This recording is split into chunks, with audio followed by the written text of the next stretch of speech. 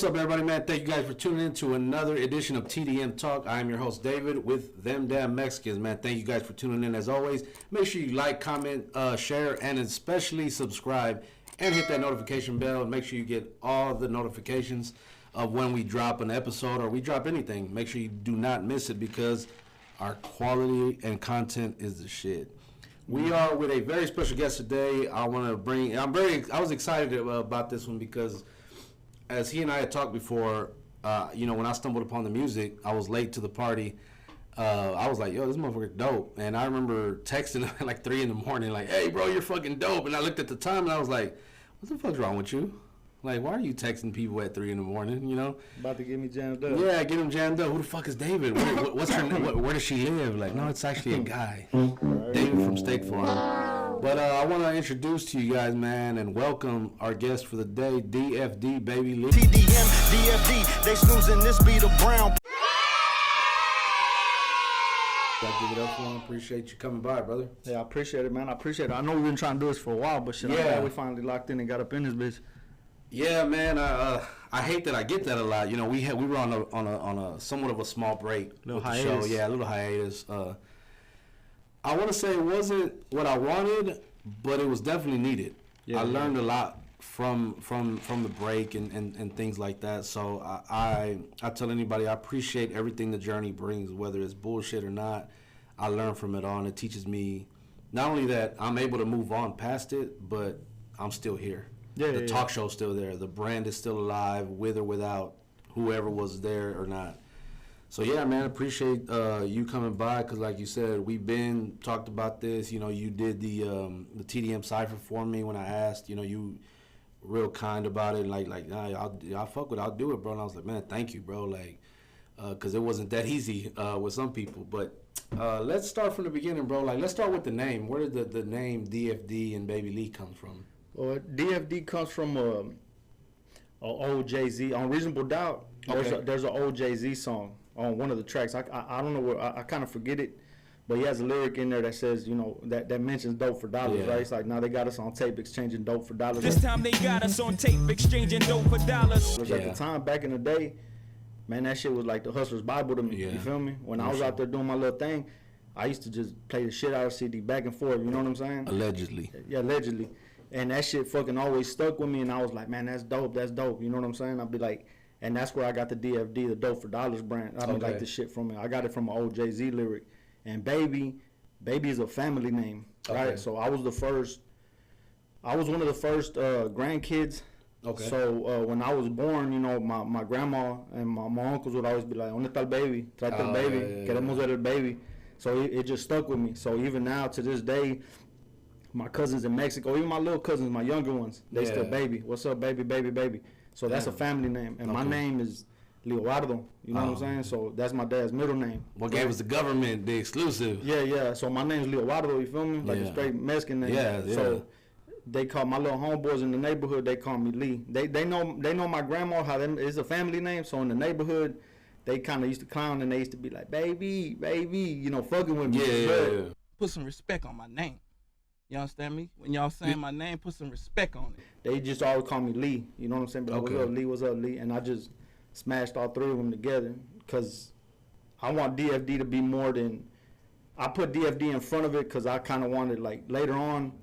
that's the brand. It's the brand. It's me, right? So I kind of want to, like, put it together so that way later on in the future, if I do stumble across some talent or I feel like I don't want to rap anymore or I feel like I want to put somebody on, I could tell them, I already have something going on for myself. If you want to be a part of this, you know what I'm saying? Like, you know, if you want it, you know what I'm saying? It could be right there, and it could be just a brand people could recognize. Yeah, that's dope because I mean that was almost. Although I'm not an artist, but that was the same like the premise behind the TDM thing. Like now I'm on the forefront. Now look, I'm on camera. Before I didn't want anybody. Like people, even today, people meet me and like, oh, that's you. I didn't know that was, like, we knew the brand. We knew the logo. We see it everywhere. We didn't know it was you. Or they think it's like 20 guys. Because, you know, it's like Mexicans. Them damn Mexicans. Yeah, them damn Mexicans. You know, it's plural. I'm like, nah, it's just kind of been me. You know, like, I've had some help. You know, I got a good, you know, somewhat of a team so far that I fuck with. But we keep it business. But the branding is the important part. You want people to know. I want them to know the logo more than they knew me. I never wanted to be in front of the camera. I never, even with the TDM Talk, right? The original concept behind it was like Vlad TV. I was just gonna get behind the camera and do the interview with the camera just focused on you. Yeah. But when we went to Real Talk, well, shout out to Malcolm and everybody at Real Talk 100 Radio. When we went there, that was like, now we got to be on camera. It's like, not only that, I had co-hosts too. Yeah, for sure. Shout out to them. And, we had something, man. We had something special, and we still do, but again, it goes where like the brand, it outlasted who was in it more than that. Like, it still goes on. The foundation got to be strong. Foundation got to be strong, The foundation is the shit. Everything that comes after the foundation, it could get replaced. You know what I'm saying? So a lot of that shit, they're just intangibles that go on top of the foundation. I always like to say, man, I got the game plan, I got the blueprint, I just need the players. And just like any sport, players are interchangeable. Oh, yeah. You could trade. Hey, look, this motherfucker sucks. Let me send him to fucking... To goddamn China. Yeah, to China. Send that fool to China to go play with goddamn Dwight Howard. Dwight Howard, yeah. Dwight Howard out there balling. Speaking of basketball, man, a little sidebar. We interviewed Danny 222 earlier, and we talked about playing ball. And I was like, I remember talking about playing ball. Like, Chops mentioned it about getting the game together, and I'm like, you know what, we gotta. You ball. I'm assuming you ball. I used to. Shit, my little homeboy right here tell you that fool tried to take me out first time I got his ass on the court. I was busting his ass. That fool tried to sprain my ankle on purpose. Oh, damn. You know what I'm saying? Nah, I used to ball back in the day, but now shit, I can't. Nah, fuck that, dog. I ain't got the energy for it. I still shoot. You want to play around the world or some shit like that? Yeah, I got you all day. Around the world. That shit like riding a bike. You know what I'm saying? But not no goddamn full court. No, I'm down to play. Fuck full court. I said the same thing. I said, look, if it's full court, count me out, because I'm not trying to go to the hospital the same days. Right? Shit. So with the music, bro, how did cause man, I gotta give you your flowers, bro. Like, I ain't no bullshit, no dick riding, no gay shit. You're dope. Like, pun intended. Like, I was, and like I said, it was to the point where I had to text you right then and there, because if I didn't do it there, I probably would have forgot, honestly. I was like, damn, I meant to text him. No, I messaged you. I DM'd you on the gram and was like, yo, bro, you're fucking dope. And I went and listened to, like, pretty much your whole catalog that you had on iTunes. I even went to YouTube and looked at the videos. Yeah. I was like, man, the one song that was stood you out. Then, huh? Yeah, that was me. The 2 views. Yeah, the 2 views. That was both times. That was, but Young Chavez was like, I mean, I even used it in one of my reels for when I went to, where did I go? To Dallas. Yeah. Who did that? Trap It. Shout out Trap It in Films. He asked me, he goes, what song do you want to put? I already knew which one. It was Young Chavez. I want that one. He used another one of yours. I forgot which one it was, but at any rate, I was like, yeah, I gotta tap in with dude. Like, I gotta, because you definitely stood out. And like I describe you to people, I like to say, man, he's lyrical, but he talks that street shit too. Yeah. But in a lyrical way, like, and not many people can do that. Yeah, not to compare you, but like Jay-Z's the same. Jay-Z would spit that dope top, but he did it in such a slick, cool ass way. Yeah. So I'm assuming he might be an influence of yours, maybe. Yeah, for sure. Like I said, I think that style wise, I always saw, like, when I used to listen to Jay, my main influence from somebody like Jay is that I would always see that he was just too cool. He was a cool motherfucker. Like, couldn't shit shake him. You know what I'm saying? Like, even his the ups and all that shit. Yeah. He just stayed the fuck out the way and got his money. But he was flying up for the younger ones to give him his flowers while he was there, because I feel like in a lot of these interviews that you get around these other rappers and they say they have interactions with them, that's the very first thing they say is they're like, man, to me, you buy into the artist more than the music, right? Yeah. Like, you buy into the artist more than the music, because I could be out here popping whatever the fuck I'm popping on the microphone, but if me and you meet and the interaction between us, you could come across in your head and be like, man, this fool full of shit. Yeah. Or you could either walk away and be like, yeah, he might be talking that shit, because he probably, so the music comes across a little bit more personable. So you might be like, and that's, to me, I always kind of saw that shit in somebody like a Jay-Z, and I'd be like, man, this motherfucker too cool. Like, don't shit really shake him, and he really doing it how he wants to do it and coming out really not really thinking about anything else that's happening on the outside. So, I mean, as far as that goes, that would, music-wise, I don't see myself, I won't say I have no influence because I take influence from everybody. Yeah, like any lyrical rapper I ever heard, I take that shit from everybody. But I mean, I mean that'd probably be my main influence. Be more like the artistry end of it more than the music side of it. You feel me? I hear you. What the beginning of it, like when you said, man, you know what, I'm gonna start kind of taking this rap shit serious. Like when did that happen, or what was it? I'll give you a quick little throw that story, dog. I had this little homeboy named Mondo, and he fuck around. And I remember one time he used to have this little, like my little homeboys in the hood right there in First Ward. I had this my little homeboy, Big Boy, dog. He was always cold on him, like on the freestyle. Yeah. And we smoke out on his fucking porch, and then he'd be like, well, so we gonna freestyle? But I would see it like, man, he knows he could freestyle, so he trying to shit on us. Yeah. But the whole time he be freestyling, I'd be like, man, this motherfucker, he cold. And I'd be like, man, I would've, but I was too scared to jump in there, you feel me? I'd be like, man, I just never did, you know what I'm saying? But I always had it in my head, like, man, da-da-da. So fast forward a couple years later, I remember we was too young to, I think I was like 18, I think I was like 18 years old, dog. And I went with one of my other little homeboys, Danny, and my little homeboy, Mondo. We went to this little pool hall. Yeah. And I remember we took some little triple stacks, some pills, some Exos. Yeah. So he was like, man, we finna get in this bitch. He's like, and we finna fuck around let's shoot some pool. You know what I'm saying? So we're like, all right, we got in there. We couldn't even drink. We just hitting them orange juices. When them pills started hitting, he was like, hey, man, let's roll out of here. We all got kind of, we're like, fuck it, let's get up out of here. So we jumped in the ride. So when we jumped in that bitch, my little homeboy Mondo, he had a Fleetwood. And I forgot the radio was broken in that bitch. And then I had forgot about that shit till we jumped in. And I was like, man, cut the radio on. Let's jam. I was feeling good. I was in the back seat. And he was like, that bitch broke. I said, damn, you so fucking right. So right when he said that, we was like, my little homeboy Danny was like, should we start freestyling? And man, the whole ride home, I was like, shit, I got you. He tried to freestyle on some bullshit. See, I'm the best, man. I did it. Yeah. And right when I was just like, man, fuck it, I'm full of them pills. I'm like, fuck. I jumped in that bitch and shit. I still remember that shit. The whole way home, I was just, bah. You know what I'm saying? Hitting his ass left and right. And Danny was like, man, hold on. He's like, man, that shit raw, fool. That shit raw. So he was like, so by the time we finished and we pulled up to some other little homeboy's house, the pills were wearing off. You know what I'm saying? So Danny was still hype on me, and he was like, hey, rap for motherfucking, I think some nigga named Ernie. He like, rap for Ernie, fool. He like, show him you know how to rap. And I was like, that's at that moment gone away. I said, the pills don't wear off, you feel me? Yeah. But in my head, I always thought, yeah, I got it. I got something, you know what I'm saying? I'm like, if he fucking with it. And then Danny will start telling other people around him, he'd be like, man, this fool could rap, way. And that then word get around fast. But when they would tell me, like, well, then rap, like on the spot, I'd be like, nah, fuck all that. I'd be like, that ain't me, you know what I'm saying? And I think over time, I put that shit on the shelf, way. I put that shit on the shelf for a long time. I would always write in my head, like, I would always listen to music and be like, man, I know I got it in me to write or whatever, but I just never, you know what I'm saying? And I still remember I started writing, and I remember I was living with my mom. I had moved back in with my mom, and I had a fucking drawer full of fucking rhymes, but man, I was talking that shit. I was talking that motherfucking, you know what I'm saying? Talking about doing this, selling this, doo-doo-doo. And my mom old school Mexican, but she kind of understand English, you know what I'm saying?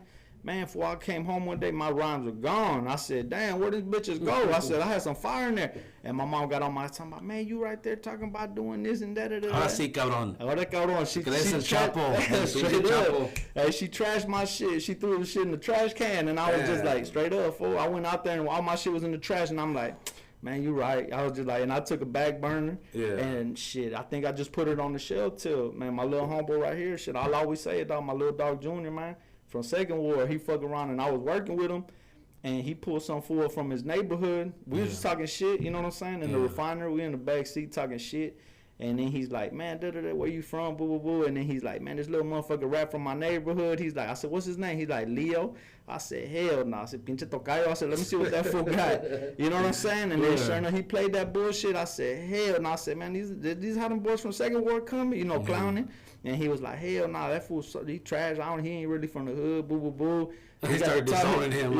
He started disowning that fool from the backseat. He like, he ain't really out there like that. So I fuck around and play some shit for him that I had just in the tuck. And when he heard it, he was like, this ain't you. I said, that's me, dog. And then he's the first one that told me, he's like, man, you tripping, dog. He like, fuck you doing right here working. We used to be trying to do something with the music. And I told him, I was like, cause it ain't the right, it ain't the right space for me right now. You feel me? I said, I got babies. I'm barely stop hustling. I said I'm out here trying to get a little, you know what I'm saying, get my life together. I said, nigga, I can't be thinking about no fucking rap, you know. But he stayed on my ass, dog. I ain't gonna lie, he stayed on my ass till we officially went to the studio. And from that day forward, I was like, fuck that. I said, shit, either it hits or it don't. You know what I'm saying? And for the most part, the people I fuck with, I know when somebody's genuine and they tell me like, hey man, that shit raw, that shit good, that shit this, you know. And I know when people say shit just to say shit. You know what I'm saying? I always been good at shit like that. So, I mean, the feedback was there, and I mean, shit, we kept pushing with it. And how long has it been since you started like with the grind? Like 3 years. 3 years? Like I say 3 years. You know what I'm saying? I want to say 3 years from whenever I dropped. Like I said in the interview last time, when I dropped OP was the first one that I recorded. OP was the first song I recorded. Okay.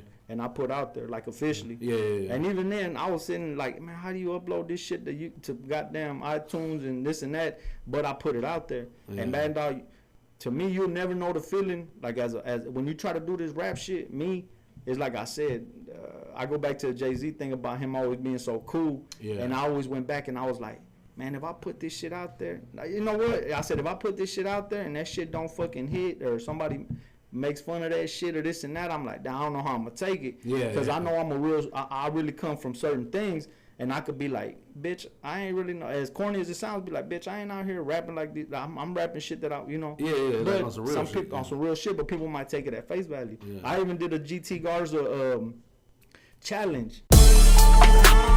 This what you get when you fuck with a Mexican.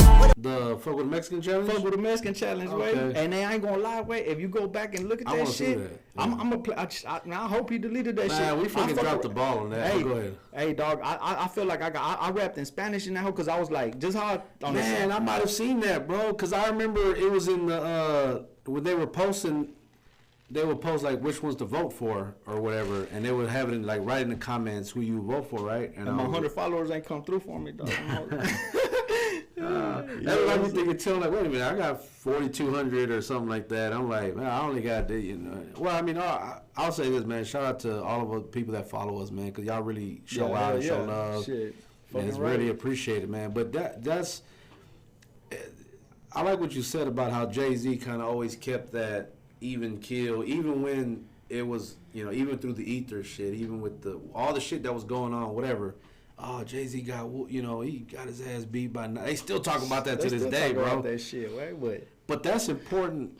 I think in anything, even in business, and anybody that's a business owner or in the music, or just anything in general, like to be able to persevere and sit and go through the ups and downs and not make it seem like you're fazed by it, you know. Yeah. I went through that this year when we lost. I don't say lost a talk show, but when the team decided to walk away, and you know, I was kind of like on a solo tip. I was like, damn, I didn't know what to do. And I was too dependent on the team aspect, right? Yeah. So I had to regroup and like, man, I just gotta do this shit myself. But long story short, it's like I'm still here. Oh yeah, I'm still doing it. We're still back. We ain't gone nowhere. We're still doing, you know, our thing. But it's important to keep up because you put out a song and they, oh man, that shit sucks, bro, and they quit or they won't put shit out no more. They get traumatized, don't want to do it no more. But you got to keep going. If you believe in what the craft that you do and that you got.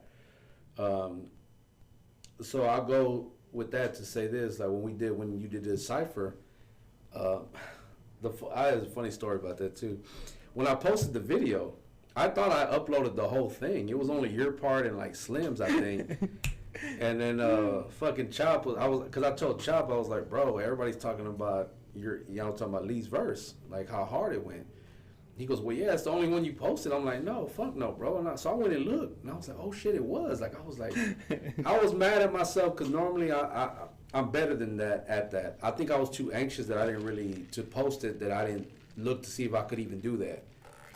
So I learned that was the funny thing about that because I was like, damn, bro, like I really just put the shine on you. But people that saw the whole thing still said the same thing, you know. But I you know, man, props to everybody that was on that side. Yeah, shout out to everybody that was on that. Yeah. Bitch. I feel like everybody did their thing. Right? That's I do too. I'm still proud of it. I still share it. I still send it to people that I know will respect something like that. Because I'm gonna be honest, that's not for everybody.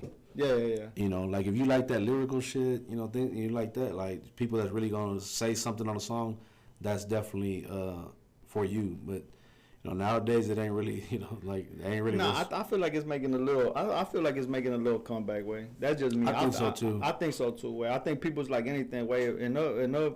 If you eat enough fucking meat and potatoes, nigga, sometimes you gonna want a salad, way. Yeah. You know what I'm saying? Like shit, nigga. How much of a steady diet of something can you take before you fuck around and be? That's even me, dog. I love soda, and sometimes my girl be like, "You ain't gonna drink no water." I'll be like, "Fuck that." Yeah. But then every once in a while, I'll be like, "I need to drink some water, dog." Yeah. You know what I'm saying? Like that's how I think of this rap shit. Like eventually you're gonna be like, how much can you take before you fuck around and? Nah, you know facts. So I was actually excited to hear about y'all's trip to LA. Shout out to 86 Inca, Lighter Fluid, all those guys out there. Viva Mezcal, Audio P. Yeah, Viva Mezcal. Audio P, shit. Audio P. That's my dog, man. Shit, I'm locked in with that fool.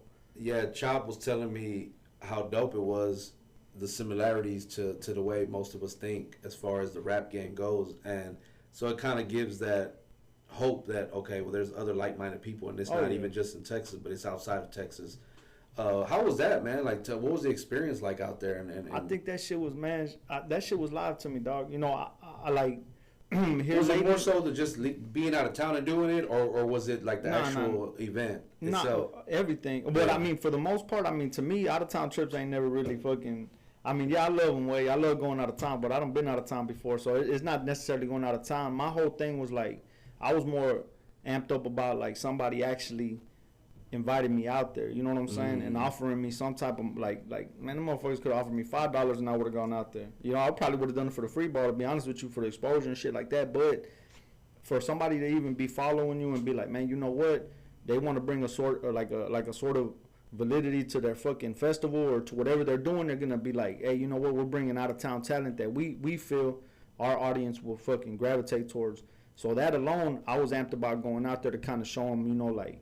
And my whole thing about it is like, I grew up on the West Coast music, you know what I'm saying, like through my uncle. So when I shot out there, but I'm still mindful to be like, man, I'm in somebody else's backyard, you know what I'm saying? Like me, I go out there with a different mentality. I don't go out there with the mentality to be like, you know, fuck it, let's get out here and motherfucking.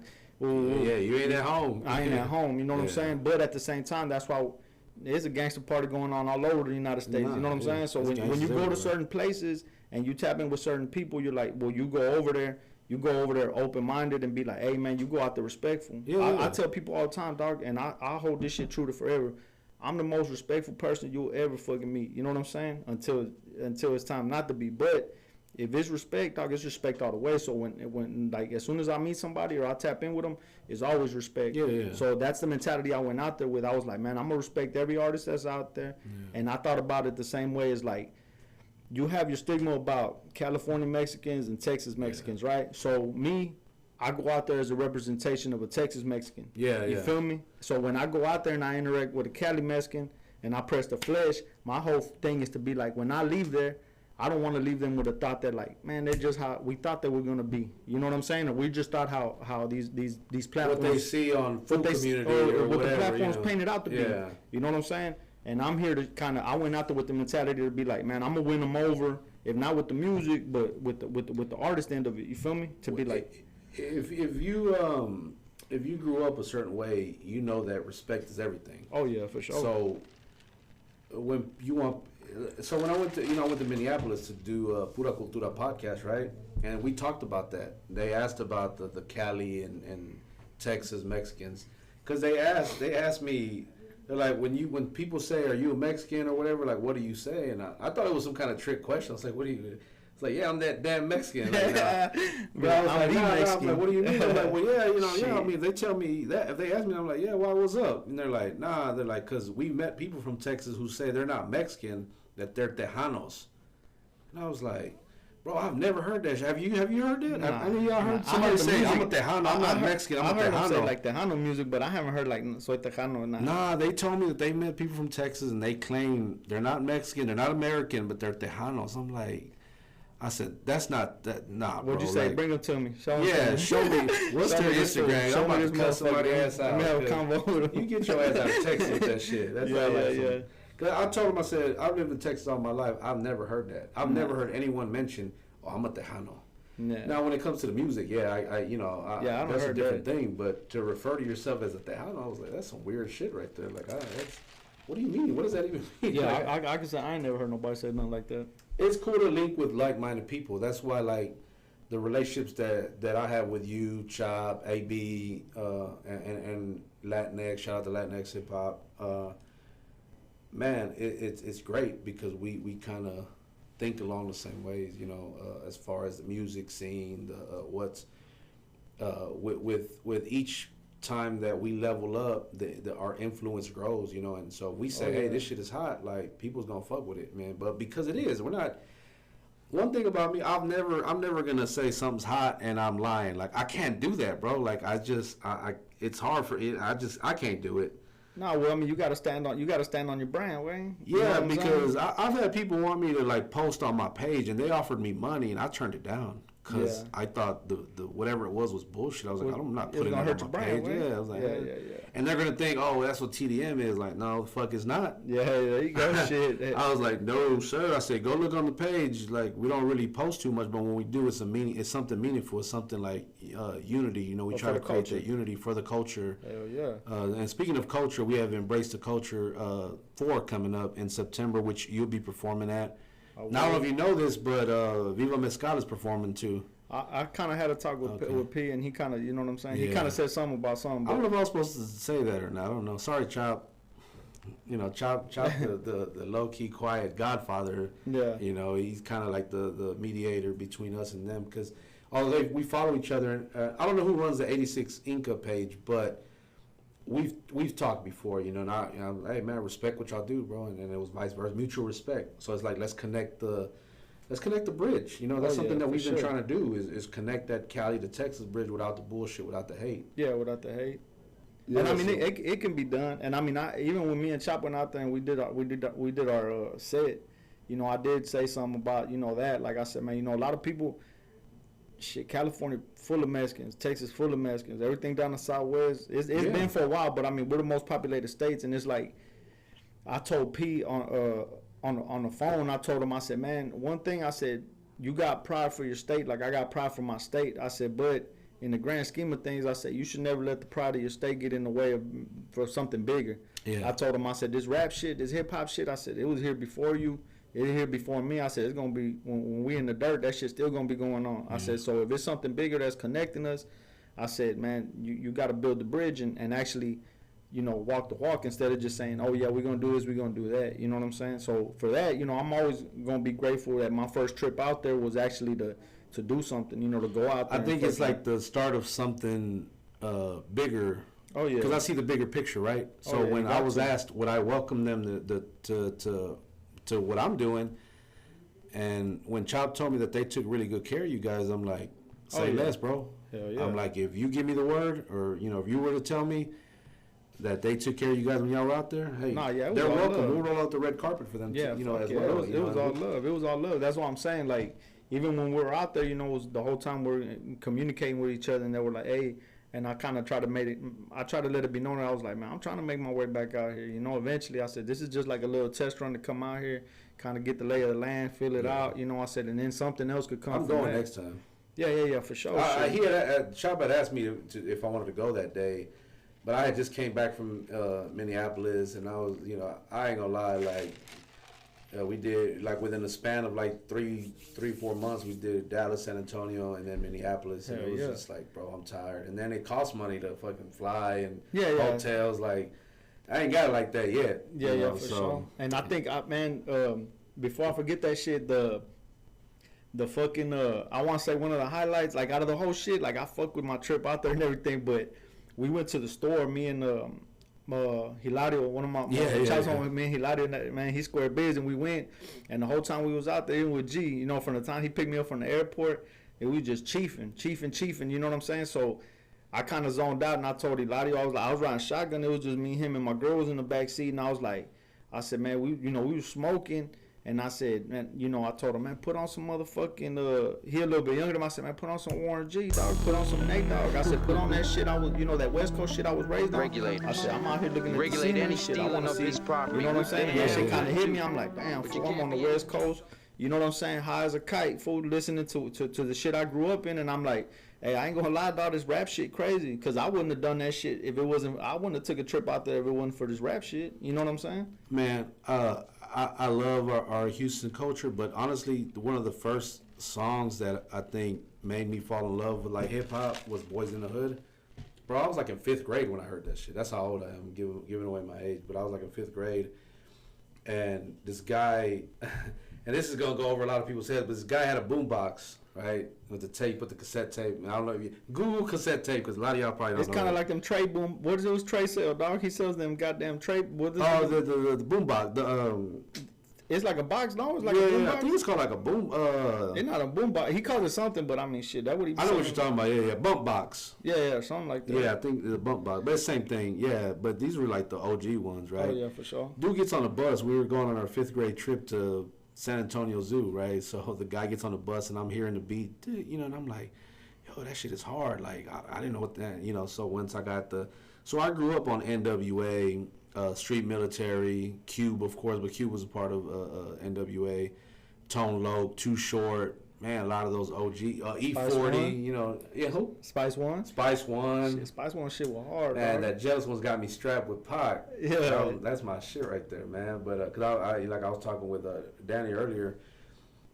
Pac is probably like my favorite artist, like all time. Like if I had to, whenever they ask me that, I was like, Pac is. You see, and I think, and I don't mean to cut you off, but I think that right there shows it shows you like your growth as a motherfucking person. Way like us, like obviously, dog, you a Northside baby like me. Yeah, right? yeah. We was raised on sound waves in front of Northline Mall type shit. You feel me? That's where I used to work at. Hey, you know what I'm saying? Like we raised on the shit like goddamn ESG, all the local shit, but. I feel like in this music game, dog, if you a real student of the game, dog, you soak up game from everywhere. So you don't gotta come out and be like, I ain't never fuck with that. Like you take music from everywhere and be like, hey, man, people don't realize the influence that Texas had on those early death row days, because the DOC Dallas Oak Cliff, wrote a lot of that stuff for them for NWA early on. And I think people need to hear shit. Like, I mean, most people might not know. Like, DJ Premier's from here. Yeah, You're talking about, nigga, he recorded shit on Illmatic. You know what I'm saying? Yeah. Like the original. Goddamn. He's considered an East Coast. Yeah, but he's from but that lets you know that music doesn't really. You know what I'm saying? It doesn't confine you to where you're from. No. You know what I'm saying? Like, I always sprinkle shit in there to let people know, you know, where I'm from, and I'll always will. You know what I'm saying? If you really peep game, but I think a style really kind of transcends your fucking state. I love what you do, bro, because every song to me is different. I can tell, like the shit you did. The shit you did with the Rojos Productions. What's the name of the song though? Some of Dogs, right? Dogs in the Street. Dogs in the Street. That shit don't sound like really nothing else you've done, but that shit is so hard. And I think shit like that, like say, I think was it. I want to say it was Chop, or I don't know who somebody else was doing projects with Rojos, and when he reached out to me, hey man, you know what? I'm tripping. I tagged him on accident. I followed him and I was trying to tag Sandman. Shout out to Sandman. No Sleeps. Yeah, shout out to No Sleeps, man. Yeah, No Sleeps. Hey, shit. Nick, my dog, man, and fucking Bad Child. You know what I'm saying? I fuck with him heavy. But I was trying to tag Sandman, and it was when I had first started following him, and I fuck around and tag Rojos, and I sent him something. And then he was like, wrong dude, but hey, I appreciate your shit go hard. And I was like, I tagged you on accident. And he reached back out and he was like, I'm putting a compilation album together. So when I went through his shit, I saw he was real political. And I said, send me a beat. And right when he sent it, I told him, you know, the whole shit that happened in Moody Park, you know. You know what I'm saying? And I put that in there, you know what I'm saying? I ain't gonna lie, I'll take credit for that, because I told him, I said, man, there's a poem by Gil Scott Heron, I said, that mentions the shit that happened to Jose Campos Torres, you know what I'm saying? And I'm like, I always wanted to use that shit in a song. I'm like, I feel like this is perfect for your song. I said, just throw it in there. And if you haven't done so, man, go listen to the track. Go listen to Dogs in the Street. I'm proud of Dogs in the Street, dog. I'm proud of Dogs in the Street, right? Go listen to that shit. I swear to God, you'll like. I'm proud of Dogs in the Street, right? You'll get your money back. Not from me, but. And not for me either. Well, you ain't getting shit from me. Give you your money back. You ain't getting nothing from me. Go listen, dog. No bullshit. It was a dope ass record. Like it's I think my two favorite records is Young Chavez and that one from your catalog for sure. The content, you know, how the political shit, like, man, that's needed, bro, because people don't really rap about that. Like, Like we mentioned in an interview earlier, there's an audience for everything, right? Oh yeah. You know, so yeah. what you touch on, but it's got to also be what you're about too. Like, you know, you can't just rap about politics and you don't know shit about it. Really, you're just saying whatever. So what you were saying, and then what was said in the beginning, was it a poem, a speech? Like it was a poem. It was a poem. Like that shit was hard, like because it went together. It was put together, like it was perfect. Like honestly, like I was like, damn, this is hard, and I don't really know where I was going with that, but go listen to Dogs in the Street.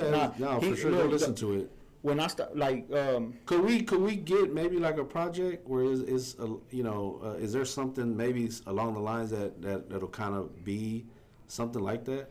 I mean, okay, like. I feel like I could rap to anything. I really do. I mean, like subject matter wise, I feel like my bread and butter though. My bread and butter is like you said, like street rap. You know what I'm saying? That's my bread and butter. That's what I like to do. But I fuck with it. But Dogs in the Street is something to let people know. No bullshit. As soon as I recorded it, I told Rojos, I said no bullshit.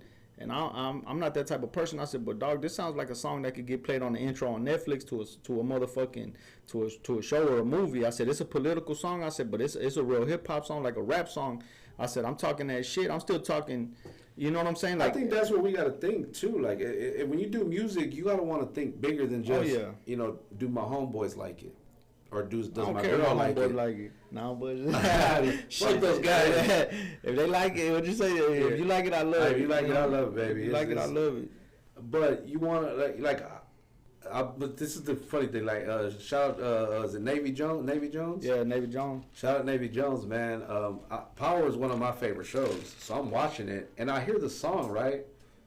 And I think I saw the credits. I think he got a placement on that whole. On 2 different episodes, actually. Did he? Yeah, because I actually asked him, because, what it was jamming. It was at the end of the show. Yeah. And so I did the, hey, Siri, what's the name of this tune, right? So Navy Jones pops up, and I was like, wait a minute. I had just met him. Because he came to it was after when y'all came to the Real Talk, and they came after y'all shot the video. Yeah. And so I DM him like, yo, bro, this is dope. He's like, yeah, it's my second time being on Power. I was like, yo, that's dope, man. And I saw the little clip he posted. That's live. Shit like that is live to me, dog. It is. You know what I'm saying? That's what you should strive for. Be in the movies. You know that get your name out there, man. You know the more people, and then once you establish that relationship, they'll come to you. Oh yeah, that's a fact. And I think this stuff like this. I think a lot of times, as I was telling Danny from Latinx, I told him, I said, look, there's certain times, like, I always feel like these interviews are important because I like to read motherfuckers, like, when I see an interview, when I see whatever, I'm like, let me see, what the fuck they're talking about. Sometimes that shit off the muscle, just because of that, I'll go check out the music, because I'll be like, let me see what the fuck he talking about. That shit's going to take like a couple seconds, you know what I'm saying? So that shit will either turn me on to the music, and either the music's strong enough to keep them there, you know what I'm saying? Or they're going to be like, I just don't fuck with it. But they still gave it a chance, you know what I'm saying? Yeah. That's why I feel like shit like this is, like, important, you know what I'm saying? To do stuff like this. When we're able to have open discussions like this, like, I don't even consider this an interview. I mean, we're getting to know a little bit about you. We're really just, talking some real shit. Like, these are conversations that we've had off camera. Yeah, for sure. Whether through DM or, like, in person when we chop it up. But it's important that the audience at home, when they're watching, they can see that. And people that follow the talk show now see, you, and like, well, I want to go see his music. I want to go hear his music now. Yeah, let me go check it out. Yeah, like with us, right? We're pretty soon we're about to venture into the films. Like, we're gonna start doing our own films. We're gonna be putting out the soundtracks. Is gonna be you, Chop, or just people we fuck with, bro. Like, hey, you got good music? Submit it. We'll put it in the movie. We ain't using nobody. We ain't using no Drake, no Wayne. Nothing against them, but they get that shit easy. Yeah. People, they don't even have to ask. They just go like, man, we want to use this track. All right, it's going to be X amount of dollars. Yeah, they get their pick of the litter or whatever the fuck they want to do. Yeah, we want to do things our way and open our own doors, because when they watch the movie, they'll hear your song and then we give the credit and all that, this and that. But that's about us building and networking and everything cross-promoting each other. Like, everything I do, even with the clothes, whether it's the clothes, whether it's a talk show, whether it's the events, pretty soon the movies, skits, comedy, all that is going to all intertwine and tie in together. Hell yeah. And as we all continue to work together, sky's the limit when we unite, bro. And that's why I love what we have. Like I said, we did the Cypher. We got people from the east side, north side. Who else? Mike Garza. Shout out Mike Garza. He's from the southwest. Mike Garza cold, man. Man, Mike Garza. I tell Mike Garza all the time. I'm like, man, I said you need to get on one of them motherfucking one of them. You know how they be doing like the on the radar and the motherfucking. Yeah. I said that's all you really need. I said I know you'll kill that shit once you go up there. I said you just need to find the right spot to go rap where you can get the views. You know what I'm saying? I'm like, and that shit'll fucking shoot you off like a motherfucking rocket. Nah, he's dope. We were at AB's listening party and Bad Child. Shout out Bad Child, man. So they're doing Embrace the Culture at Spindle Tap Brewery, and it was because of Bad Child. Like he made it happen. So much love to him, and Nick's always shown love, and those guys do not get enough credit, man. I just want to give them a shout, and I have yet to meet Sandman. I might have seen him, but I don't think I've ever. I know I've never met him. But I've seen him around. And I tell Nick all the time. I've interacted more with Nick. You know what I'm saying? Like in the studio sessions. I even did a little rehearsal before I went out to LA. Yeah. And we fucking we're chopping it up. And I mean he gets it. You know what I'm saying? Yeah. Like as far as like the whole production end of it. And I tell him, I'm like, man, y'all going right. I say you don't necessarily need to have everything that starts off that ends up being anything. Anybody that got to a certain level, I said they never started off with the notoriety. I said everybody got a scrap at the beginning. I said eventually, when people catch on, I said, hey, shit, that you're not gonna have those problems anymore. I said, but you just gotta keep doing what you're doing. I ain't gonna call out nobody, but call them out, dog. When you know what I'm saying? You that damn Mexican. Now he thinking about that shit. He like, shit. Yeah, you know what you want, right? Fuck it. Let me get out my list. Hold on, I got a black book right here. So when we first kind of got back into doing the TDM shit, right? I started following certain brands, certain people. Just to kind of see if we can link, network. Yeah. I went and liked all their pictures, commented, showed them love, bro. I ain't getting a follow back. I ain't giving them the heart, dog. I ain't getting none of that, right? So I unfollow. I said, fuck it, you ain't gonna follow back, I'm gonna unfollow, or not even a thank you or nothing. I said, okay, cool. I don't even get mad. Man, fast forward a year later, motherfucker following me now. Like, where did she come from? Like, and I laugh because it's like, damn. Nigga, I be petty. I block that fool. A year ago, yeah, nah. I'm petty because I'll look at the shit and be like, yeah, I ain't gonna follow you back now. I'm gonna turn the tables on you now. But it be like that though, man. People don't really, shout out Trap Vision Films. You out of here? People don't really. It's like that. I have people that I grew up with. Social media, yeah, social media. Come on, dog. Social media just that's what it is for. That shit like a big. I mean, it's a good tool to have, way, but it's like a big fucking facade, way. You know what I'm saying? It's like, yeah, it's a representation of yourself, dog. But I mean, it's not you all the motherfucking way. They don't see the behind the scenes shit. They don't see, like I said, they don't see the arguments with your baby mama. They don't see. They just see the end product. See that one. You feel me? That's what I'm saying. Like they just see the end motherfucking product, and they're like. So at the end of the day, like, yeah, it's there what it's there for as a motherfucking, like, as a representation of yourself, dog. Yeah. But at the core of it, dog, is at the end, it's just social media, way. Yeah. That's all it is, way. Yeah, people can paint a pretty picture on social media, and it ain't always what it cracks up to be. Yeah, fuck yeah. Because it's just like that, man. Like I know guys that flash money and then will DM me and ask me for 20. Shit. Like you cash at me 20. I don't put my business out there like that. My bad. My bad. Nah, and I'm like, bro, you just had a stack of ones, I guess. I don't know. Money, yeah. Nah, but I mean I think it's been like that even even when the internet kicked off, that shit was like that, fool. You feel me? Like that shit been like that for a minute. I didn't know there was they got the liquor bottles that are just for props. I was at they're filled with liquid. Yeah, it looks like it looks like. Where were we at, man? We were with my boy Catra. Shout out to Catra and everybody over there, Cat and De Jesus and the whole squad. So we were at their studio because we were filming an episode of Detrás del Micrófono, which is their podcast. It airs every Wednesday. So we're sitting around. He's playing beats for us. We're hanging out, right? And then I see this huge bottle of Hennessy, and I'm like, oh, shit. But on the back of the bottle, it actually says for props only, like for movies, or it says something like that.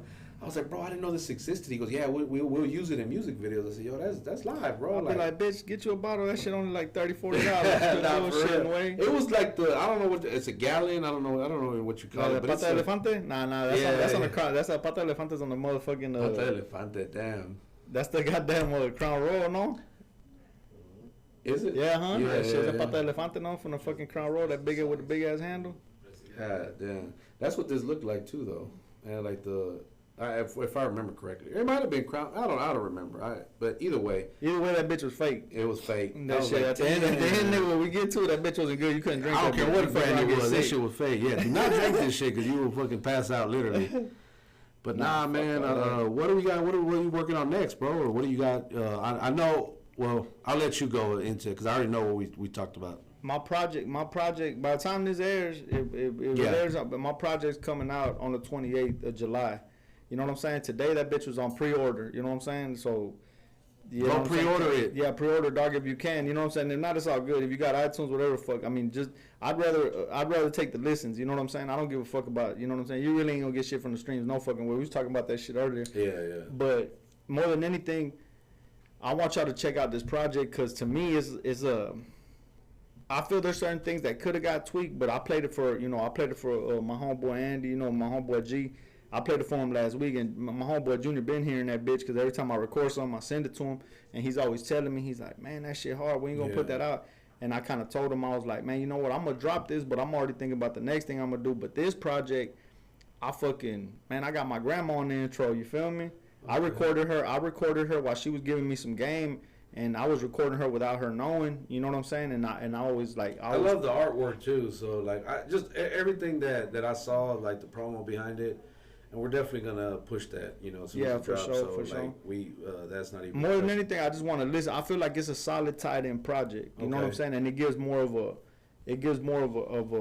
There's certain songs to me. My favorite track off there, if you listen to it, and it kind of have. I have a song on there called "Rich Off Crack." You know what I'm saying? And I have one of my old school, man, a homeboy I've been through a shitload of things with. You know what I'm saying? Like a lot of shit, dog. He never comes to the studio with me, and that day he was in the studio with me, and we were about to burn off. And I told him, I'm like, he was sitting behind me, and I'm like, I'm gonna record a song. I said I'm gonna record a song to this and that, and it kind of happened last minute. And when I was recording it, he was right there listening to it. And when I finished the song, it has like certain things in there that are like personal to me. You feel me? Yeah. And me, I always felt like I talked to Chop about that. I told him, I said, I have it in me to make a record about my children. About life situations. You know what I'm saying? I know I have it in me. I told him, but I haven't scratched that yet. I said because right now I just want people to hear this raw ass rap, this raw street rap. But I feel like Rich Off Crack had lyrics in there that it was like, rest in peace, my uncle passing. And I had certain shit that I was like, when he passed away, I couldn't fuck around and, I always picture myself like, I said, man, I'm going to give him, at his eulogy, I'm going to fucking speak on him and I'm going to tell these people what he meant to me. And I have a lyric in there that's like, now I couldn't even muster up the strength, dog, to stand in front of these people because I was hurting behind the shit so bad. Yeah. And I put it in there, though, you feel me? Yeah. If you listen to the song, I write shit in there that's like, man, I couldn't muster up the strength, to speak up at your eulogy, but all your people showed up, even told your story beautifully. Like, you know what I'm saying? Like all that shit. Like when I'm feeling drained, I read old texts and boy, that's fuel to me. You know what I'm saying? Like shit like that. When I scroll through my phone and I'm like, damn, I still got his messages. Little shit like that. To me, I was like, that's a more personable song to me. And I'm like, when I hear it, I'm like, that's raw, way. That's raw to me. I'm like, that's the type of rap that if somebody hears it, they'll get a glimpse as to how I am as a thought process, how my thought process is. You know what I'm saying? So, and I mean, I got bangers on that bitch. To me, like I got street bangers on that whole but like I said, it's not. I don't feel like it's for everybody. I really don't. I don't feel like it's for everybody, but I feel like the people that it is for, I feel like they're gonna love that shit. They're gonna be like, man, that shit. This is what I tell people, right? Drake, Bad Bunny, two arguably the biggest artists right now, right, in the world. There's people that don't like them. You know what I mean? So that ought to tell you, well, not everybody's gonna fuck with your music. Right? Oh yeah. You got your audience, cater to that audience, and hope that your audience can grow because of that of your main audience. It'll grow because they're telling people, hey, you need to check this out because we may like the same style of music. Like your music is something I can give to the homeboys because it's gonna remind them of shit we grew up jamming. Oh yeah. You know what I'm saying? So it's like just with a twist. It's just like Try to keep it little. And I think about it. The one thing I kind of like, I always kind of, when somebody says you got an old school sound, that shit kind of irks me, and I'd be like, no, I don't. I'd be like, I don't think you do. I'd be like, it's not old school. I think you don't know how to kind of phrase that shit. I'd be like, but it's more like, I don't even know how to say it. I said, I think it's because people nowadays aren't necessarily rapping like that. You feel me? Yeah.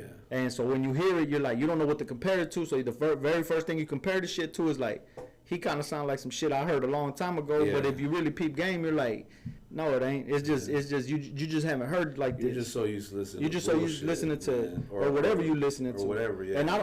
And I'll say this shit again. For I will never knock that shit, dog. And motherfucker make music. Man, make the type of music you want to make, because I'm going to keep making the music I want to make. You know what I'm saying? My homeboys can't stand Future, and I'm like, I love Future. Yeah, Future hard, dog. Future bring that ignorant shit. Future ignorant motherfucker, bro, but I love it. Nah, y'all don't give a fuck what nobody say. I like that ignorant shit. Man, Future that nigga. I got to calm down, though. I started listening to Future. I used to be trying to wild out like Tillo in there. My baby mama, you know, she got the kids. Shout out to Tillo and QPS, man. Shout out to those guys. They threw a hell of an event. I was good that day. I was like, either I'm going to be in Cali with these guys or I'm going to be at the Tillo show. And you know, they put on a hell of an event. And shout out to everybody who was there. So give us the name of the project again, when it's coming out. From the Cradle. It's called From the Cradle to the Table. And it's coming out on the 28th. If iTunes don't fuck me. Today the pre-order came out. People trying to find it. They keep telling me, they're like, man, the link ain't working. And I'm like, man, hold on. You know what I'm saying? I'm like, I think it's because it uploaded today. So, I mean, a couple people have reached out to me, like, man, let me pre-order. That's weird, because I know, shout out to Cuban Diva and Alex Soy. We'll be interviewing them pretty soon. But they got a song out, right, and they had it out for pre-save, and I could not find it under either of their names, so I didn't know what that was about. There was some link that I had to go through to, like, on one of their pages to actually go to where I can pre-save it. But typing in, and so I get what you're saying, man. So y'all go out, pre-order that thing. I got a visual for it, stream that thing when it comes out. Run up them numbers, man. Show them that, you know, especially if you like it, man. Don't do it if you don't like it. Yeah, if you don't fuck with it, don't fuck with it. You know what I'm saying? I wouldn't want you to fuck with it anyway. Yeah. I told G, I said, man, I don't believe in. I ain't grow up in no participation trophy era. Yeah. You know what I'm saying? Like, shit, either you win or you lose, dog. Shit, ain't no tap. Don't tap me on the back. Don't give me no fire emoji if you don't fucking. You know what I'm saying? No bullshit. If you don't fuck with it, it's all good. I don't say shit. You know what I'm saying? But if you fuck with it, shit. Growing up playing baseball, man, every year at the end of the season, they had first place, second, third, fourth, fifth, and then, you know, sixth was like the smallest shit. You didn't even want that motherfucker. You'd be mad. I'm like, hey, we would come in last place. I don't want that shit, man. Your daddy be like, man, get your ass in the car. You so fast forward, I didn't graduate high school. I had my own kids, you know, so my son starts playing. So at the end of the year ceremony, I look at the trophies. They were all the same, and I was like, so you can suck and still get the same trophy? Like, damn, that was so weird to me. I didn't talk about participation trophy. But anyway. Yeah, fuck any last minute shout outs? Shit. Really, hey, man, shout out to everybody that fuck with me. You know what I'm saying? Shout out to everybody that genuine showed me love. You know what I'm saying? And I will give a shout out. I ain't gonna lie. I'll give a shout out to my wife, dog. I'll give a big shout out to my wife, because when we had this conversation about me wanting to rap, man, my girl been with me since, my girl knows me, dog. I just put it like that, dog. My girl knows me for who I really am, for where I come from.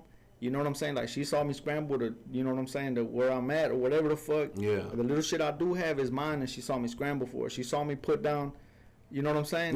Put that street shit to the side and be like, man, I'm going to be a working man. And then when I wanted to rap, she would always tell me, she'd be like, you should do it. And I told her, I'm like, you really know what comes with it? I'm like, because you could tell me to be a supportive wife. I said, but do you really know what comes with it? I said, because there's a lot of bullshit out here. I said, I'm going to be out here in the studio with motherfuckers I don't know. I said, I'm going to be out here, you know, shit, in places, you know what I'm saying? Sometimes I ain't got no business being.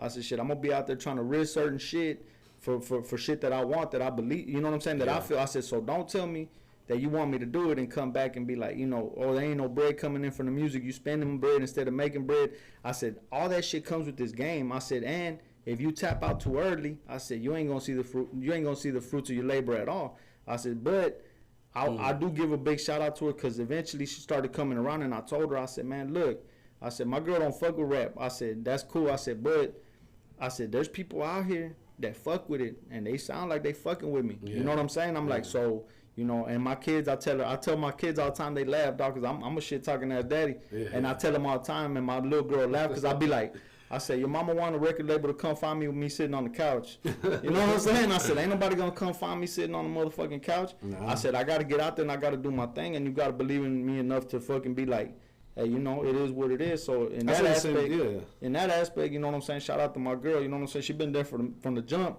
And shit, she really the most these fools. Nah, man, that's straight up. That's some real shit, bro. Cause you to do this, you gotta have you either gotta be single or have a supportive spouse. You know, I got 3 babies. I ain't being single, dog. How many women and men I've met that I wanted to work with, and really more so the women. Yeah, they had a boyfriend. Boyfriend don't want. Nah, you ain't working with him. You ain't working with him. You ain't working with that damn Mexican. Yeah, you ain't working with that damn Mexican.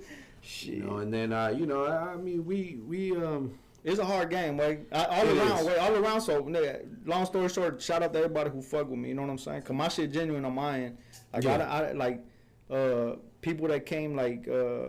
My homeboy Elver came down from Oak Cliff to watch me perform. I said, that's love to me. Yeah. That's genuine love. My homeboy G, Andy, you know, flying out to LA, you know, seeing me perform, I'm like, that's love, you know. My little homeboys that fuck with me to be like, you got it. When people fuck with you, they'll spend their money to support you. And when I spend money, they'll pay the ticket to come see you perform. Like, I've been to all these shows, the Crash Landing, the Vega and Chop, and then the Tillo one at White Oak. Shout out to Vega, dog. Shit, my bad, man. That's my dog. That's my West End homie, way. Yeah. That's my West End homie. I directed his video, man. Skyline. Me and him got Skyline together. You know what I'm saying? Fuck that. That's a hard ass track, too. Gangland. It's called Gangland. We shot it in front of, it's when he was doing Christian hip hop. I directed that video for him. That was we caught a lot of flack because we had a lot of guys with tattoos, and really, we had some real G's out there that just had gotten saved, and they were now living for God. But I had them boys in there throwing their gang signs, and then at the end we made like a big circle and we prayed like together, but it was genuine. It wasn't just for the video. Sure. But we caught a lot of flack for it because it was like, y'all rapping about God, but y'all tattoo. I said, hey man, this is real life, bro. These ain't actors. These is real gangsters. I ain't gonna say no names, dog, but I had this dude that I know. Fuck around and did some old serious shit, you know. And in my neighborhood, we always kind of was like, man, that fool, you know what I'm saying? Like, don't run across him, way, cause he gonna fuck you over, you know what I'm saying? Like that type shit. And when he came, like he went away, and when he came home, you know, it's like you said, that fool fuck around got saved. So in that sense, it's like, you know what it is. You know you from where you from, you know what it is. Yeah. So you could, when you see some of these fools that be like, man, I found God and this and that, be like. But before he found God, that fool was a fucking nut. You know what I'm saying? So, I already know. But the motherfuckers who really know, that's why later on they got nothing but respect, because they be like, shit, you don't know what he used to be like. I know what he used to be like. So when you see him rapping and they all tatted up, some of them fools, they square business. When people hear stories about stuff that I did in high school and you know around that time, they don't believe it because they know who I am now. They see who I am now. They see me as the coach, the guy in the community, the guy that's putting on for our people type of thing, right? But they don't know the guy that was, you know, out. Acting a fool. You're gonna be like that motherfucking. You seen that meme of that swole ass pit bull on the couch? You know what I'm talking about? You know what I'm talking about? That swole ass pit bull that they be like, when you used to motherfucking do this and that, but now you just at home like a daddy. It's like they say, like you know, you grew up in them streets, but if your daughter asks you to hold up a fake phone and talk to her, you hold up that phone. I was in that bitch crocheting with my daughter the other day, fool. She like, Daddy, you want to learn how to crochet? I'm like, man, I don't know how to do this bullshit. She be like, but. Shout out to my kids and my wife. My kids missed the hell out of me. I was like, if it was up to them, I'd be in bed laying down until it was time to go to work. And even then, sometimes it's like, I don't want you to go to work. I'm like, somebody got to pay for this shit. Yeah, somebody got to pay for all this bullshit. And so anyway, yeah, man, you got to have that support, bro. So, man, bro, I really appreciate. We really could easily sit here for 2 hours and just chop it up on games. So we'll definitely. I want to actually bring the crew in one day, like the guys who was on the Cypher, and chop it up. Hell yeah. You know, but thank you for coming, bro. I appreciate you, dog. I told you last time that you got the platform for you got the logo, you got the platform for you got the, you know what I'm saying? Shit, this bitch is there to take off. You know what I'm saying? And especially down here in Texas, like we we need our motherfucking, like, we need our base down here. We need our go-to. You know what I'm saying? Yeah. And shit, I don't see no reason why them damn Mexicans can't be it. Wait. Nah, facts. That's we're trying to be that, bro. We're really trying to like create those opportunities. Like I said, not to compare, but like I look at Rock Nation, I want to be that, but for the Mexicans, for the Latinos, I want to be able to provide those opportunities. Have sports teams. I got boxers that we might start sponsoring pretty soon. That's where the TDM Sports. I've been using that hashtag a lot lately because it's slowly coming to fruition where we'll sponsor sports teams, you know, boxers, things like that, man, and start to really just kind of expand the brand and really create opportunities. So, hell yeah, I'm excited. And again, you know, it takes a team of people. Like shout out to On It Brewery podcast, my boy G, man, that you introduced me to.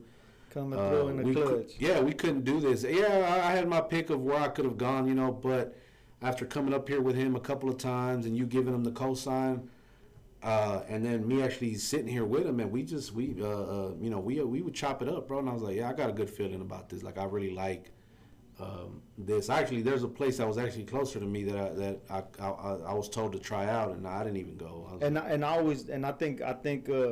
I think I don't know if I said it earlier, but I'll say it again. It's like, it gives me like a good feeling to be like, man, I know you a hustler, man. G a hustling ass motherfucker. Also, when we went up to AB's listening party, the very first thing I said, man, they have the same mind. I said nothing might come of it. I said, but something can come of it. I said, but you'll never know until you put them in the same room and let them have that conversation and let them feel each other out. And if they want to go forward, you know, to me, I'd be like, to me, that's the best thing you could do. Be like, man, recognize. Now I know a hustler when I see one. You feel me? So I'll be like, man, they hustling motherfuckers, man. Put them in the same room and see what happens. Ain't nothing but good shit could happen, you know. And if it doesn't, it didn't. But hey, you know, you don't know where the trajectory could take that shit.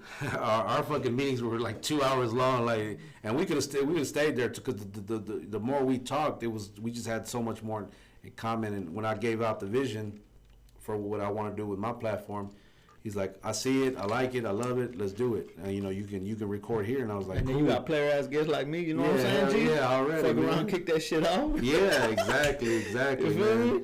It's just gonna get bigger and bigger. Pause. So it's just one of them. We just gotta keep going. I got the grind don't ever stop, bro. The day I decide to quit, everybody gonna keep going. So, but I'm here, man. Like. It's very few people that outwork me, bro. So, you know, that I know of. So, everybody be like, oh, man, you came up, man. Like, you out there doing it big. I said, hey, man, I work for this shit, bro. This ain't nobody handing me shit, bro. Like, I'm losing sleep, spending money, time. Hey, man. Everything, energy, everything, right?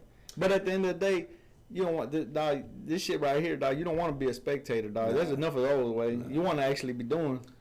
You know what I'm saying? Let them other people spectate. I've been a competitor all my life, bro. I'm a fight to the day I die. So, hell yeah. I've experienced loss. You know, my brother-in-law, RP, my brother-in-law. You know, my pops. I kind of think of them when I do this thing. Like, my pops, before he passed, he wanted to start a business and be his own, boss. I didn't see it back then. You know, I didn't understand what I got it, but I didn't really until a couple of years ago. I was like, I get what he's saying, because working for other people sucks for the most part. Like a motherfucker, dog. Anybody that's had a job, you've had a job that you didn't fucking like, man. And sometimes it's never really the job. It's just the people you work for. Yeah, the people over you. Like, I want to kill that motherfucker, you know? Yeah. Allegedly. But we'll leave it at that, man. Again, man, shout out to you, my brother, Dope for Dollars, Baby Lee, DFD Baby Lee in the house. Y'all make sure to like, comment, subscribe. We're going to put the links to his YouTube, his IG, iTunes, all that. dopefordollars.com. We're going to put all that in the description down below. Make sure you go and tap in with him, follow him. If you like the music, man, share it. Say you saw it on TDM Talk, whatever the case might be. And make sure you subscribe, man, and hit that notification bell. Get all the notifications for all the dope content that we drop. And with that being said, man, thank you guys again for watching. And we are Them Damn Mexicans. Yeah.